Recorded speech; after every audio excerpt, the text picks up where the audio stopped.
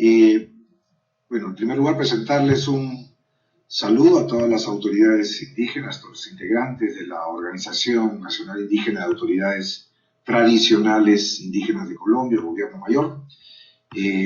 Como representante adjunto de la Oficina en Colombia de la Alta Comisionada de Naciones Unidas para los Derechos Humanos, realmente es un honor dirigirme a ustedes en la sesión de la cátedra virtual sobre conceptos básicos de derechos humanos y derecho internacional humanitario. Quiero hacer un reconocimiento a las autoridades tradicionales indígenas de Colombia, el Gobierno Mayor, por su histórica lucha por el reconocimiento de sus derechos, incluidos los sistemas propios de justicia. Y ustedes han sido los líderes de esta iniciativa que busca precisamente fortalecer internamente a las autoridades y a las comunidades para el acceso a sus derechos y cómo documentar las violaciones a los derechos humanos y las infracciones al derecho internacional humanitario en sus territorios.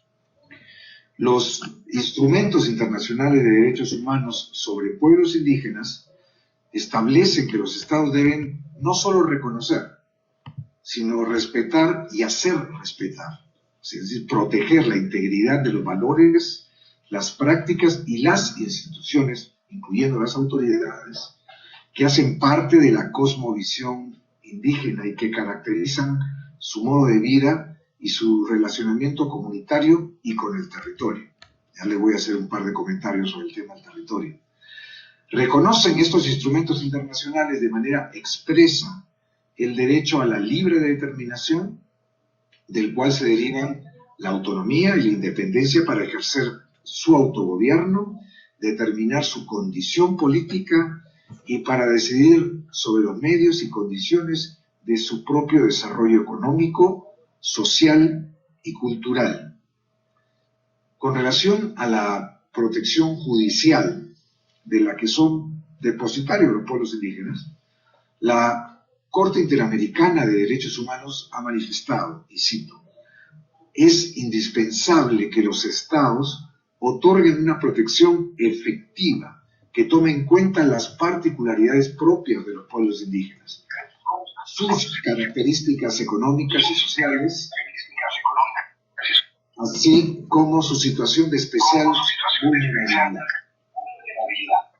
su derecho consuetudinario, sus valores, sus usos, sus costumbres. Y desde Naciones Unidas, el Comité para la Eliminación de la Discriminación Racial recomendó a los estados adoptar todas las medidas necesarias para garantizar la igualdad de acceso a la administración de justicia de todos los afrodescendientes. Es decir, estamos hablando de los pueblos étnicos. En el caso de los pueblos indígenas, además, está claramente reconocido el derecho a no ser sometidos a ninguna forma de asimilación o integración forzada. Y, por supuesto, a la destrucción de su cultura. Es por eso que los estados tienen la obligación de establecer mecanismos eficaces dirigidos a la prevención de estas prácticas asimilacionistas y, en el caso de que éstas ocurran, a garantizar su resarcimiento. Nuestra oficina, ha dado seguimiento a los avances en materia de protección de los derechos de los pueblos indígenas. Precisamente sobre la base de esta observación es que sabemos que persisten desafíos para que se ampare de manera integral y efectiva sus derechos. Este espacio es un espacio de fortalecimiento de capacidades sobre derechos humanos con el Gobierno Mayor, pero que se construye sobre una base muy sólida de compromiso continuo por parte de los pueblos indígenas, quienes han trabajado en la promoción, la protección, la defensa de sus derechos, con base en su propia cosmovisión y sus prácticas ancestrales.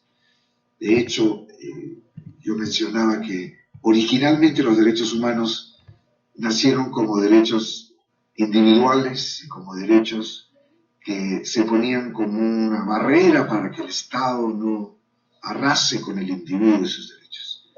Hoy ya no es así, y en buena medida por los pueblos étnicos. Hoy los derechos son individuales, pero también colectivos. Y el Estado no es visto como alguien que va a arrasar los los derechos, sino que si tenemos un Estado, es precisamente para garantizar estos derechos, para respetarlos, para protegerlos y para hacerlos efectivos de manera progresiva. Y además yo quería comentar que esto lo leemos como un diálogo de saberes. Los derechos humanos, como decía, inicialmente fueron concebidos con una visión más occidental, pero esto ha evolucionado y esto se ve en los propios pronunciamientos tanto de la Corte Interamericana, la Comisión Interamericana, como los relatores, como los comités. Y la lectura es que la visión, la interpretación intercultural de los derechos humanos los enriquece. Y es más, y cierro con esto, hoy día plantea retos, y plantea retos además muy interesantes, porque efectivamente los derechos humanos tienen en el centro al ser humano, sea de manera individual como de manera colectiva.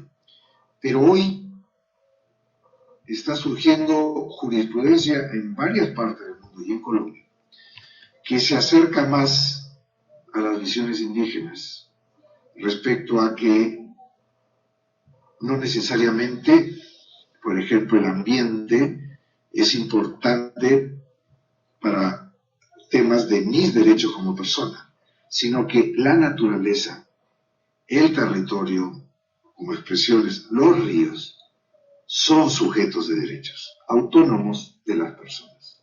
Y hay avances importantes, y en esto es innovador Colombia, de reconocer a los territorios también como víctimas en el ámbito de la gente.